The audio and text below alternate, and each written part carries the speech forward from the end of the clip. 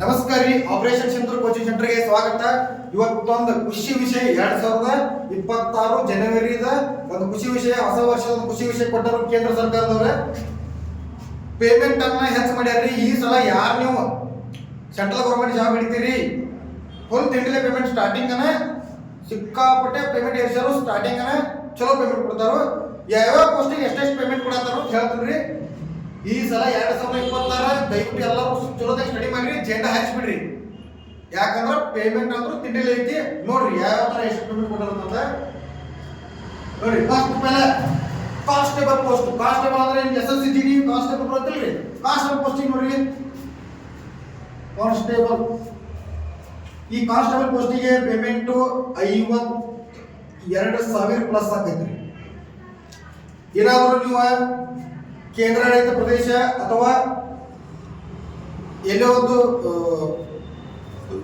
Critical condition ಇರತಕ್ಕಂಥ ಪ್ರದೇಶದಾಗ ಏನಾದ್ರು ಡ್ಯೂಟಿ ಮಾಡ್ತೀರಪ್ಪ ಅಂತಂದ್ರೆ ನಿಯರ್ ಟು 58,000 ಪೇಮೆಂಟ್ ಬರ್ತೈತಿ.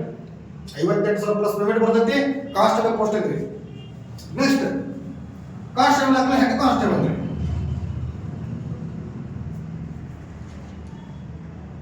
ಹೆಡ್ ಕಾನ್ಸ್ಟೇಬಲ್ ಪೋಸ್ಟ್ ನೋಡ್ರಿ. ಇವ್ರ payment 69,000 payment. Head constable 69,000 payment ಬರ್ತೈತ್ರಿ. ಕಾಸ್ಟ್ ಯಾವ್ದು ಹೆಡ್ ಕಾನ್ಸ್ಟೇಬಲ್.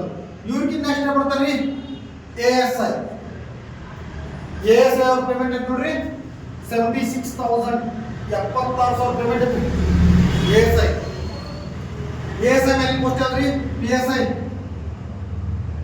PSI ಅಥವಾ SI ಅಂತ ಕರೀತಾರೆ, ಸಬ್ ಇನ್ಸ್ಪೆಕ್ಟರ್. ಸಬ್ ಇನ್ಸ್ಪೆಕ್ಟರ್ ಅಂದ್ರೆ ನೋಡ್ರಿ, ಇದು SSC ಒಳಗ SSC GD ಅಂದ್ರೆ ಏನ್ರಿ ಕಾನ್ಸ್ಟೇಬಲ್ ಆಗೈತಿ. SSC CPO ಅಂತ ಇರ್ತಾರ, CPO ಅಂತ. CPO ಇದ ಪೋಸ್ಟ್ ಅದ, SI ಪೋಸ್ಟ್ ಅದ CPO. ಇವ್ರ ಸ್ಯಾಲರಿ ನೋಡ್ರಿ 1,20,000 ತನ ಬರ್ತೈತಿ. 1,20,000 ತನ ಬರ್ತೈತಿ. ಯಾವ್ರಿ CPO ಅಂದ್ರೆ SSC ಒಳಗ PSI ಪೋಸ್ಟ್. ನೆಕ್ಸ್ಟ್ ಇನ್ನೊಂದು ನೋಡ್ರಿ JE, junior engineer. SSC JE ಅಂತ ಕರೀತಾರೆ ಗೊತ್ತದ್ರಿ. SSC JE ಇದು ಅಪ್ಲೈ ಮಾಡಿದ್ರಿ. JE ಪೋಸ್ಟ್ ಡಿಪ್ಲೊಮಾ ಕಲ್ತವ್ರು ಮತ್ತು ಇಂಜಿನಿಯರಿಂಗ್ ಕಲ್ತವ್ರು ಇವ್ರು ಅಪ್ಲೈ ಮಾಡ್ತಾರ್ರಿ.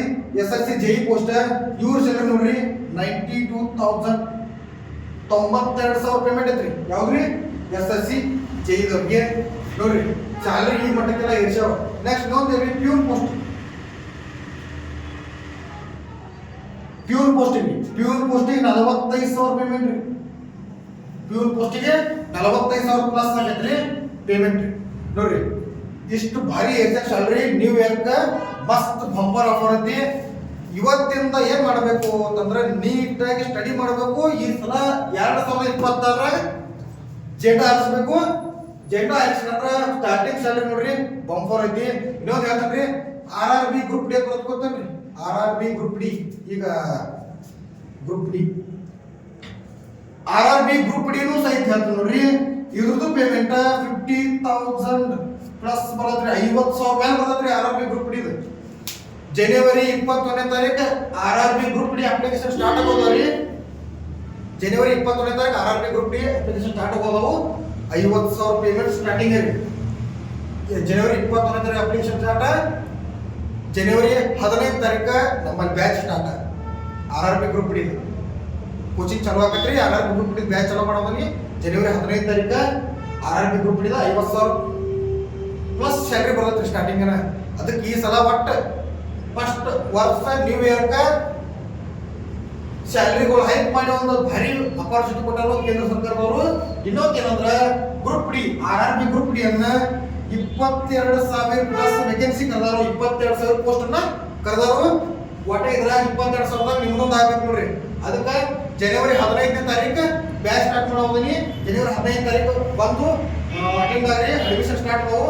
ಇನ್ನೊಂದು ಸರ ಜನವರಿ 15ನೇ ಯಾಕೆ ಸ್ಟಾರ್ಟ್ ಮಾಡತ್ತೀರಿ ಅಂತಂದ್ರೆ ಅವತ್ತು ನಮ್ಮ ಇಂಡಿಯನ್ ಆರ್ಮಿ ಡೇ ರೀ.